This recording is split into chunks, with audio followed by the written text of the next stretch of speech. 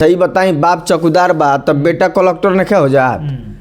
जज का कुर्सी उसको मिला है। जरूरी होता है कि इसमें सिंगर भी ढोलक बजाएगा। देखिए बिहार में जो भी कलाकार है, चाहे प्रदुमन परदेसी हो गए चाहे रोशन, देखिए हार का सदमा बर्दाश्त नहीं हो रहा है तो पागल हो चुका के तहरा फाइल कैमरा में होता कैद। ताली जिला में कुत्ता नहीं जानता है, पटना जिला के आगे आज तक उसका गाड़िए नहीं गया।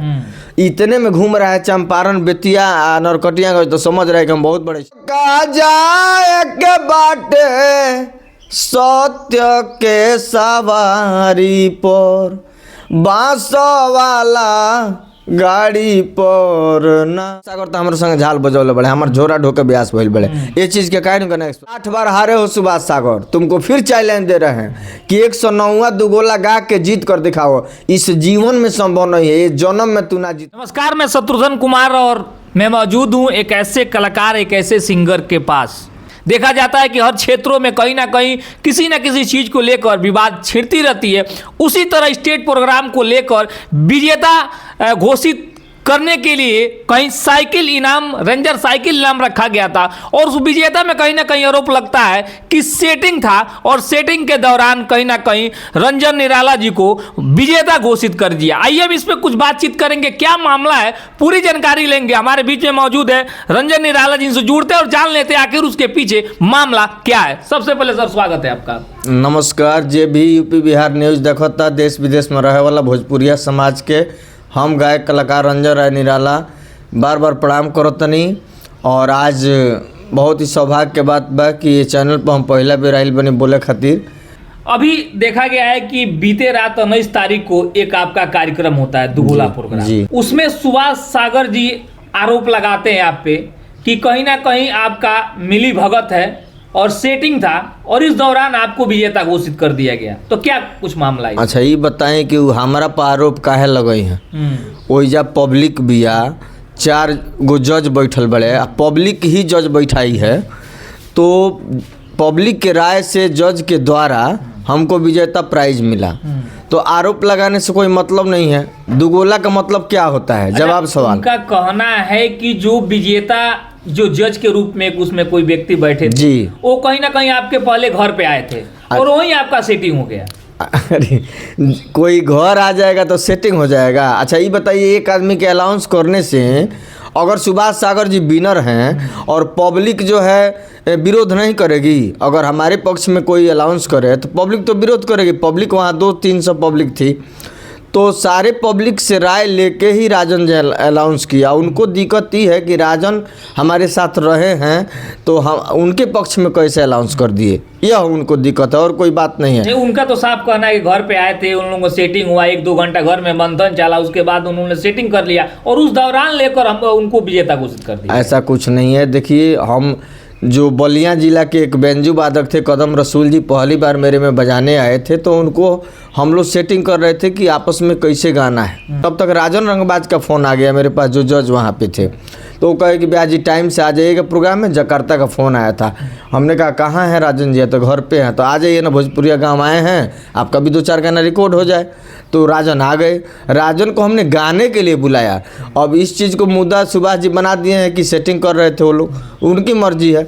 आप बताइए, 108 गो दुगोला सुभाष सागर हमसे गाए हैं और 108 बार हारे हैं।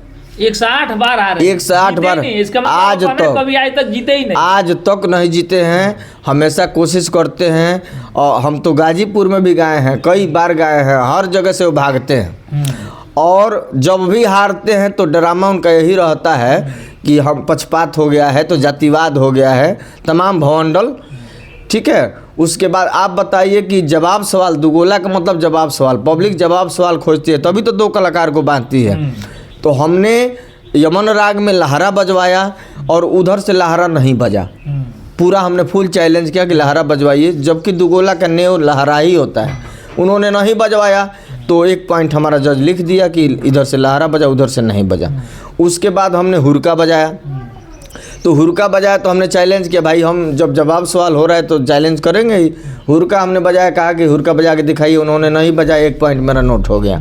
उसके बाद हमने जो है राग दरबारी में एक गीत गाया, हमने जवाब मांगा, नहीं दिए 1 पॉइंट। हम तो सुमरन में ही हरा दिए थे उनको। पब्लिक टोटल जो है मेरे पक्ष में हो गई थी सुमरन में ही। पहले राउंड में 5 राउंड का गाना बजाना हुआ, पहले राउंड में ही हम विनर हो चुके थे। अच्छा, इनका वो भी कहना है कि कहीं ना कहीं सिंगर ढोलक जरूरी नहीं है बजाता, तो वहाँ ढोलक भी बजाने के लिए हमको प्रेरित किया गया, जी, प्रेशर दिया गया ढोलक बजाने के लिए। आप- क्या जरूरी होता है कि इसमें सिंगर भी ढोलक बजाएगा? देखिए, बिहार में जो भी कलाकार है, चाहे प्रद्युमन परदेसी हो गए, चाहे रोशन हो गए, सभी लोग ढोलक बजाते हैं, सभी लोग जो है हुरका बजाते हैं। जब अभी तो ये घूम रहे हैं चंपारण में ना, जब छपरा सीवान गोपालगंज के आगे पटना में बढ़ेंगे वैशाली में, और जब इन लोगों से मुलाकात होगा, एक राउंड ये नहीं गा पाएंगे। इनका बहस जितना है इतने दूर में है।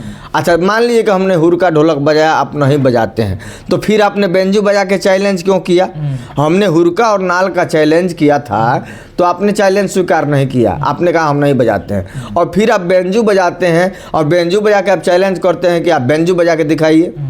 तो आपने चैलेंज किया बेंजू बजाकर, तो हमने बेंजू बजाया, और जब हम बेंजू बजाए तो पब्लिक ताली बजा दी। पब्लिक ने कहा कि आपका बेंजू का जवाब हो गया, हुरका नाल का आप दीजिए। आप तो खुद पकड़ में आ रहे हैं।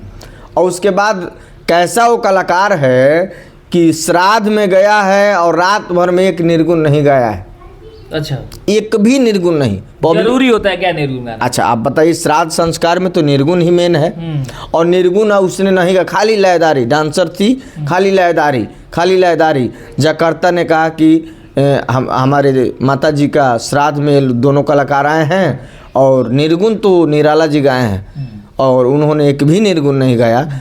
खुद जकार्ता बोल दिया कि प्राइज जो है निराला जी को दिया जाए। अच्छा, बात आते हैं मुद्दा पे।